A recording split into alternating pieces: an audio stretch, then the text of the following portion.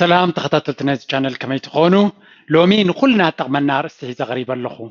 ناي لوما رأس مرتنا متشم نزبز حسب أبتنس دليو أبتنس كبس حس زدلي نخيبت صح عن كيف زحزو حمامي السدما سبات انتهي كيبلوني ويكا سبات انتهي يبلوني بخميريوني إذا حمام زيا أب كل حبرتسب ترى وكان تخونت أبناتنا حبرتسب جن جنينات ترى مغنياتو سبات كيبلون قنبل كاب كندين عنا كتغمنا زخل نجارات كندين عنا كعوتنا زخل نجارات نبكرن نتصرفن سلزي سبات كل جزء حدش نجار كسب زجبركا مبالوم نايجدني نكدني يوم كزارب سبات بفلا حدش نجار كتفتن كلها سبات كولي يقوليهم تحطه جن نسخة سبات كيبلوني الكترف كلها زتاك على الكسب وي مدالية زبا كسب يلن كابتكت عواتة جنبا كاز نبريخة تبكر زلها وي تبكر زلها سلازي ذات مرتنا لومي كمي جيرنا سبات كيبلوني زبل حمام مجمريا انتهي مخانو كنستعملوا لنا بخمي كم زنصل لهم خم نخون كمي جيرنا دما كنمكتون كنوجدون كم نخلمو اتخن كونن دلي كيف فرحنان كيف فرح كي حفرنان كن كونن نخل تر تمرتيامو هيا نبتا تمرتي امبارنا لو مارس تمرتنا how to stop seeking approval from others كمي جيركا سبات يفتوون سبات يقبلون دا يقبلون ز حساب كاب سبات فقادنا يمقبال لمدن أجابابن نوجده فقط مالسي حد نجار كتجبر تدلي خاسي سبات كمي يريون سبات كمي يخونون كمي يقبلوا كيبلكا نأخذ مسلكا بناتكا والسنة بناتكا تحساسبا قنع كوينو استرايكي كتجبروا له تخلي من قدن مرعيو تغند علامانا لومي انتاي يزيد سبات كيبلون زبل حمامسي انتاي مالتي قدم نرعيو مجمريا دك سبات كل جزء أبكبابينا بزلو سبات صبغ زخونه الرعايان صبغ زخونه نص أبراقنا هيوتنا كلهم دس يبلنايو نيكدنيو بأكبابينا كنصقن بأكبابينا كنصلان عين دلنينا سلازي بتفطرنا ود سبات دك سبات كل جزء أكبابينا صبغ زخونه ناتنا سئل كله ندلينا اتصقن معاسي زخون إذنا كبابينا بكبابينا تقبلتنا مركب زل عليه بزعبو تراي كنحسب تجميرنا انتاي كجبرنا يخيل كبابينا بكبابينا قبولات نكون كنبل ناي نفسنا دليتاتن ناي نفسنا بهجتاتن غوسينا يخن كيد ناو سلد وسدنايو اتقند صقم زخون if you care too much if you care too much you give others the power طيب لنالو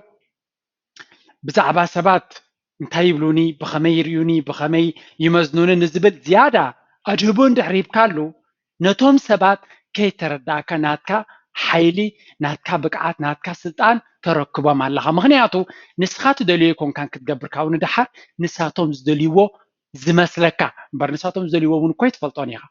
نعاقاسي سبات كمزيريو وخونو بزبل قمقابي تقبرش عدما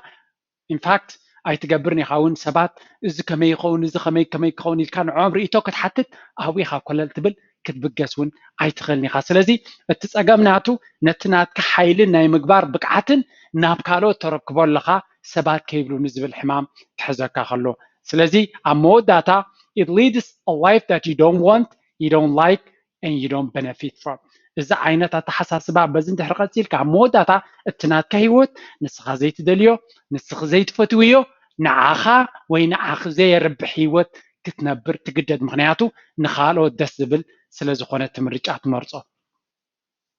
أب عالم تزعبي زفره نجر ويتقند زفرهنا نجر نسب تزلع على زفره كال نجر أيكونن كالو سبات انتايب لزبل منفس تقند زفره نسب السيو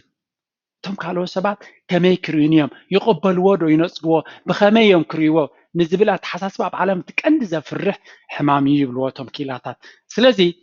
the moment you're unafraid of the crowd you're no longer a shit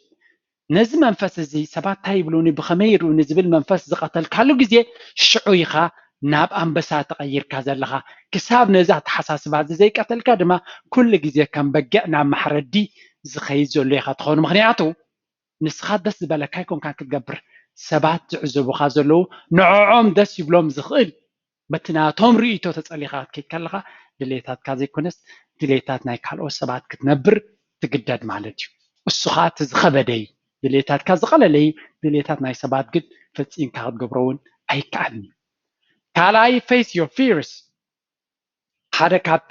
ሰባት ከይብሉኒ ዘብለና መንፈስ እንተሎ እንታይ እዩ ፍርሂ እዩ እዚ ፍርሂ እዚ ድማ ኩሉ ግዜ ንሕና ባዕልና ዝፈጠርናዮ ስእልታት ኣሎ ከምዚ እንተገይረ ሰብ ከምዚ ክብሉኒ እዮም ከምዚ ከጋጥሙኒ እዮም ከምዚ ክኾኑኒ እዮም ዝብል ካብ ክውንነት እውን ዝረሓቐ ስእልታት ኣብ ሓንጎልና ንፈጥሮ ነዚ ስእልታት ክንገጥሞ ክንክእል ኣለና ምክንያቱ ፍርሂ በይኒ ዝውገድ ፍርሂ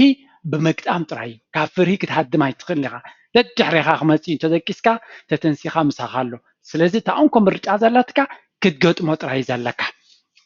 Do you know what's the worst than failure? ኣብ ዓለም ትዝኸፈ እንታይ እዩ ካብ ፍርሂ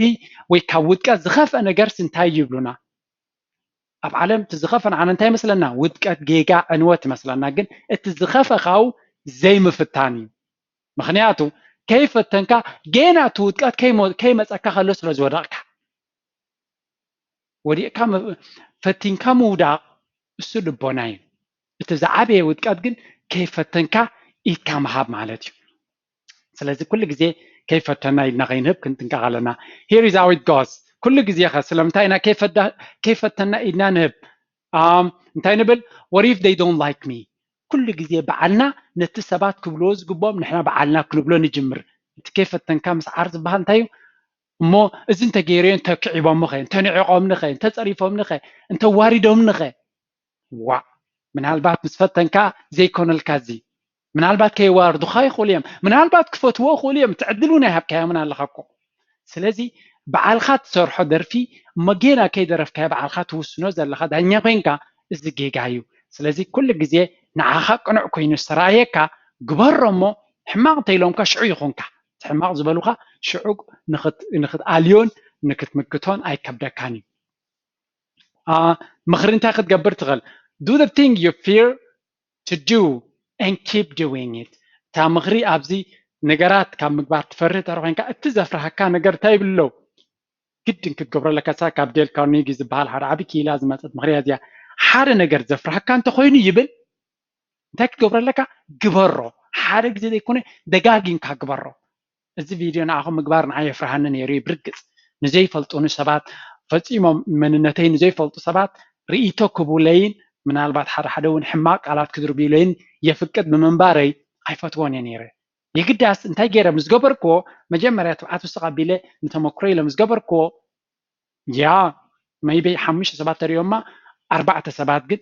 ኣጣቂዖም ለይ ላይክ ይቦም ብጣዕሚ ፅቡቅ ሓጊዝና እዮም ኢሎም ስለዚ ኣነ ዝፈርሆ ዝነበርኩ መዓት ኔጌቲቭ ኮሜንት ክመፀኒ ኣብ ሓንጎለይ ዝመፀኒ ስእሊ እቲ ሪያሊቲ ግን ከምኡ ይኮነን ፀኒሑ ስለዚ ኩሉ ግዜ እቲ በዓልካ ትገብሮ ጉድለት ወይ እቲ ሓንጎልካ በዓሉ ብሎክ ክገብረካ ዝፍትን ሓንጎልካ ንኸይትጋገ ንኸይትጉዳእ ስለዚ ደሊ ኩሉ ግዜ ኖ ይትግበሮ እዚ ካልእ ፀገም ከምፃልካ ኢሉ ክከላኸለልካ ይፍትን ግን ሓደ ግዜ እንታይ ክንብሎ ኣለና ንድሓን ክገብረየ ካብኡ ክመሃርየ ካብቲ ሰብ ዝበኒ ፊድባክ ክመሃርየ እቲ ሶም ዝብሉኒ ከም ሕማቕ ኣይርዮን ኢልና ትብዓት ውስኽ ኣቢልና ክንጀምሮ ኣለና እዚኣ ክልተ እያ እታ ሳልሰይቲ ጥበብ ድማ stop seeking permission ታያ ፍቓድ ካብ ሰባት ምፅባይ ኣቋርፁ እቲ ንስኻ ክትገብሮ ትደሊ ካብ ማንም ፍቓድ ክትፅበይ የብልካ ኣብ ስራሕ እንተር ኮይኑ ወሃብ ስራሕካ ፍቓድ ክበካ ይኽእል ኦኬ ኣብቲ ካልእ ክፋል ናይ ሂወትካ ግን ፍቓድ ዝህብ ኣካል የለን በዓልካ ኢኻ ንነፍስኻ ፍቓድ ክትባ ዘለካ if you want to stop caring about what other people think stop asking people to give their insights into your life ምክንያቱ ናይ ሰባት ርእይቶ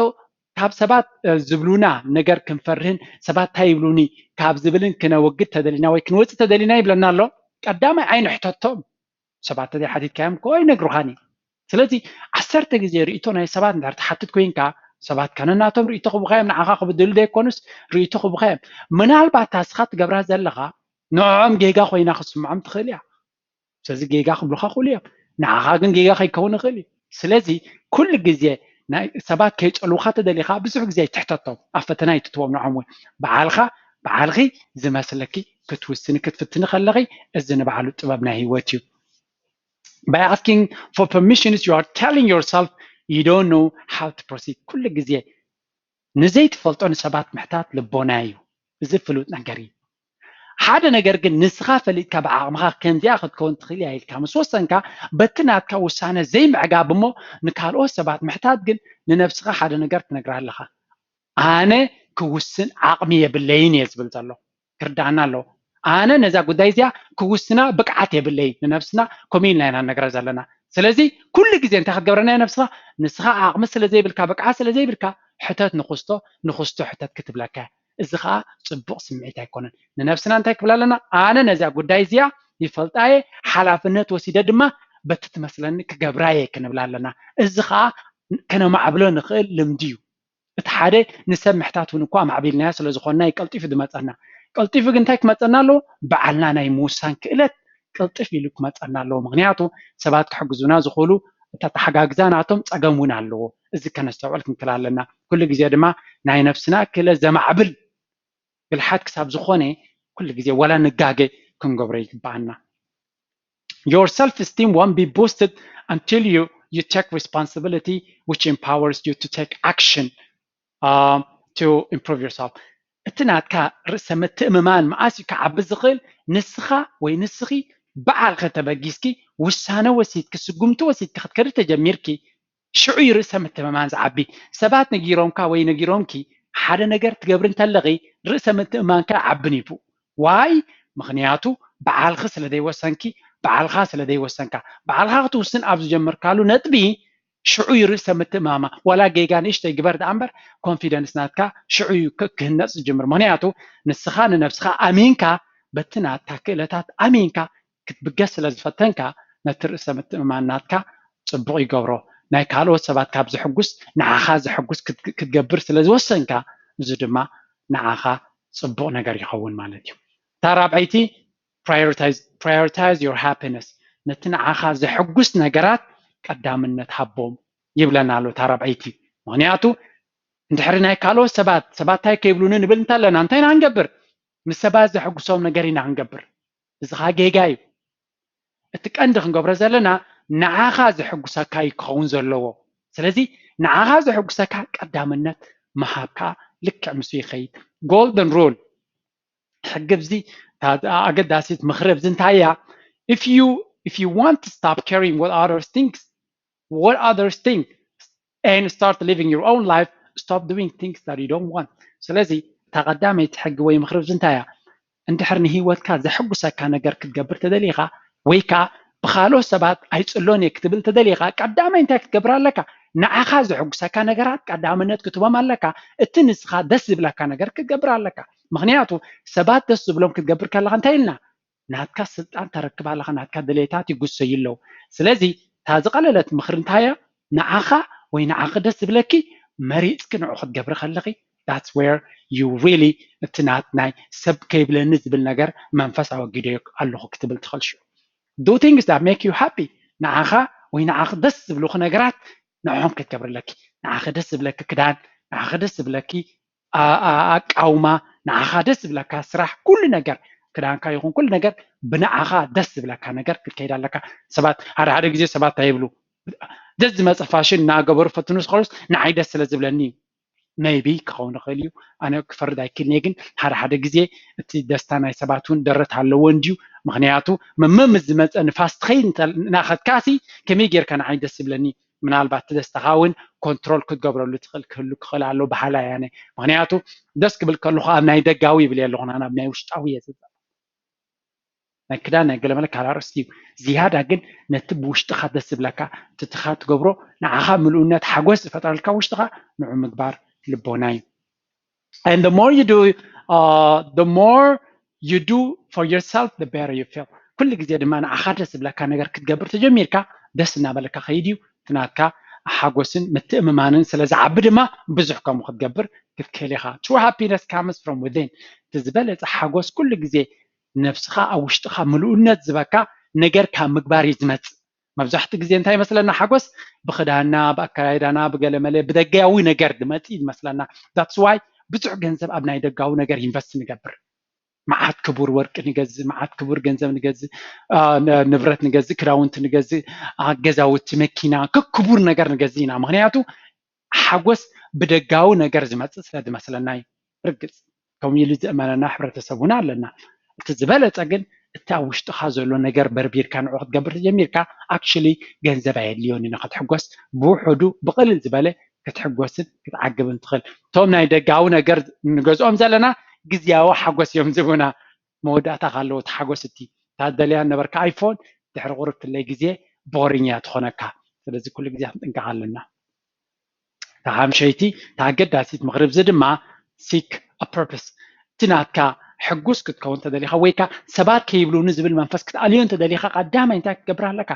ዕላማ ናይ ህይወት ክትሰርሕ ኣለካ ምክንያቱ ዕላማ እንተለካ ግዜኻ ብኣውቶማቲካሊ ናብቲ ዕላማኻ ገፂኡ ክሰርሕ ስለዚ ሰባት ከይብሉኒ ዝብል ውሑድ ግዜ ክስማዓካ ምክንያቱ ሰባት ከይብሉኒ እንድሕር ኢልካ ካብ ዕላማኻ ክትድሕር ኢኻ ዕላማኻ ክድሕር ከለካ ፅቡቅ ክስማዓካኒ ስለዚ ቀዳመይቲ መድሓኒት ናይዚ ሰባት ከይብሉኒ ናትካ መደብ ናይ ህይወት ከተማዕብል ኣለካ ሓደ ንፁር ዕላማ ናይ ህይወት ክትገብር ኣለካ ንፁር ዕላማ ናይ ህይወት ዘለዎ ቀዳምነት ንዕላምኡ እዩ ዝህብ ግዜኡ ሓይሉ ኩሉ ነገራቱ ምስ ዕላማታቱ ከም ዝዋሰብ ገይሩ እዩ ዝኸይድ ንኣብነት ሓደ ሰብ ገንዘብ ክንዲዚ ሴፍ ክገብር ኢሉ ዕላማ እንተለዎ ካልኦት ሰባት ዙርያ ይክደኑ ኣሎ እሞ ንዖም ደስ ክብል ኢሉ ዙርያ ይክደን እዩ ወይ ኣይትክደን እያ ምክንያቱ ዕላማ ናታ ንፁር ስለዝኾነ ኣብቲ ክዳን ከተጥፎ ዘለዋ ገንዘብካ ንፁር ስለዝኾነ ስለዚ ቀዳመይቲ መድሓኒት ናይዚ ከይብሉኒ ዕላማ ናይ ህይወትና ክንፈልጥ ቀዳማይ ዕላማና ክንሰርሕ ኣለና ካልኣይ ድማ ኩሉ እቲ ንሕና ንገብሮ ናብቲ ዕላማና ገፁ ዘቕንዐ ክኸውን ይግባእ if you're focused in achieving your goals you don't have time or energy ኣብ ዕላማኻ ዘተኮረ ፎከስ ገበረ ስራሕ ትሰርሕ እንተለኻ ሰባት ከይብሉኒ ንኽትብል ግዜ የብልካን ሓይሊ እውን የብልካን ምክንያቱ እቲ ሓይልኻን ግዜኻን ኩሉ ግዜ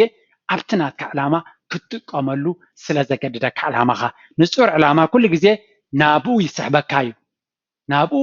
ንዕኡ ንኽትቅፅል ኣሲሩ እዩ ዝሕዘካ ብፍላይ ምስ ለመትካያት ዕላማ በዓል እዩ ዝሕዘካ ወላ ዘውፅኡካ ሓይልታት ክህልው ከለዉ ንሱ እውን ጎታቲ ገመድ ስለ ዘለዎ ናብኡ ይመልሰካ እሞ ናብቲ ስራሕካ ፎከስ ንክትገብር ይገብረካ so you get too busy for that ናይ ሰባትን ናይ ገለመለን ግዜ ኣይክህልወካን እዩ ይብለና ማለት እዩ one thing for sure you are not born to be trouble or harm others ታይብለና ኣሎ ካልካ ሓንቲ ክንዝክራ ዘለና ብሂወት ድማ ክንፍጠር ከለና ሽግር ክንፈጥር ፀገማት ክንፈጥር ንኻልኦት ክንብድል ንኻልኦት ሰባት ፀገም ክንከውን ኢሉ ኣይኮነን ኣምላኽ ፈጢርና እዚያ ክርዳና ክኽእል ኣለዎ ብዝተኻለና መጠን ንሕና ርህራሄ ድንጋፀ ንሰባት ክንህብ ኢና ተፈጢርና ክንሕግዝ ኢና ተፈጢርና ስለዚ እቲ መሰረታዊ ናይ ደቂ ሰባት ምስ ሰባት ዘራኽበና ክእለታትን ብልጫታትን ከነማዕብሎ ክንሰርሓሉ ክንክእል ኣለና ምክንያቱ እንድሕሪ ናይ ካልኦት ሰባት ፅቡቅ ጥራይ ንካልኦት ክትሕግዝ ትሓስብ ድሕሪ ኮይንካ እንታይ ክትገብር ኢኻ ንስኻ ብዓቕምኻ ገለ ነገር ከተበርክት ኢኻ ትሕግዝ ዝሓስብ ኩሉ ግዜ ወይ ክሽከም እዩ ወይ ከቐብል እዩ ወይ ክምህር እዩ ወይ ገለ ነገር ክገብር እዩ ስለዚ እቲ ዕላማኻ ንሰባት ምሕጋዝ ምዃኑ እንተተረዲእካ በታ ንስኻ ሰባትካ ፀጋ ድማ ክትድግፍ ትፍትን ማለት እዩ እታ ትገብራ ዘለካ ድማ ንዓኻ ዕጋበት ክትገብረልካ እቲ ዕጋበት ስለ ዘለካ ድማ ክትገብሮ ክትቅፅል ኢኻ ምክንያቱ እቲ ንሰብ ከተሐጉስ ወይ ሰብ ከይብሉኒ ኢልካ ትገጥፎ ዝነበርካ ሕጂ ዕላማ ንፁር ዝዓበየ ዕላማ ስለ ዝገበርካ ንሰባት ክትሕግዝ ምዃንካ ስለ ዝርዳእካ ዘሎ ደስ እናበለካ ናብኡ ክትሰርሕ ይሕግዘካ ስለዚ እዛ ናይ ሎሚ ትምህርቲ ድማ ብሕፅር ዝበለ እዛ ትምህርቲ ንሰባት ዘይኮና ንነፍስና ዘዕግበና ሂወት ንክመርሕ ኢለ የቀሪበ እያ እቶም ንመጀመርያ ትመፁ ዘለኹም ኣብዚ ቻነል እንኳዕ ደሓን መፃኹም እዚ ቻነል ጂድራር ብዙሕ ነተሓሳስባና ከዕብየና ዝኽእል ብኩሉ ፅላት ዝትንክፍ ትምህርታት ኣለኒ እሞ ሃየ ተምሃሩን ዕበይሉን ይብለኩም እቶም ከም ወትሩ ተማሂርኩም ተዓብዩ ዘለኹም ኣጆኹም ቀፅልዎ ምትብባዕኩም ድማ የድልየኒ ንዓይ እዛ ቪድዮ ክጠቕሞ ትኽእል ሰብ ሓውኩም ሓፍትኩም እንተሎ ድማ ሼር ተገበርኩምላ ክጠቕሞም ትኽእሉ ይብል ናይ ሎሚ ስራሕ ዝተወድያ ኣብ ካልእ ክሳብ ንራኸብ ደሓን ኩኑ ቻው